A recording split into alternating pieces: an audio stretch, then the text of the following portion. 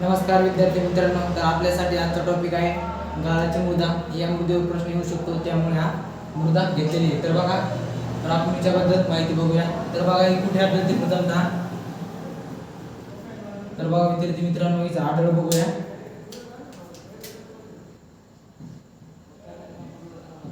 तर बघा, हिचा आढळ आहे कोकणातील खलाटी भागामध्ये.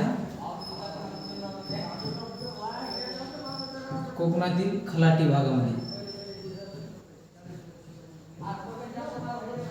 ठीक आहे विद्यार्थी मित्रांनो, तर या मृदेला भाबर मृदा असे म्हणतात. भाबर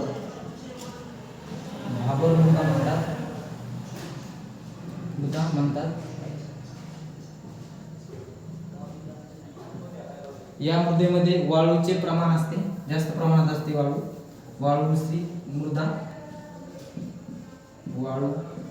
मिश्रित मृदा.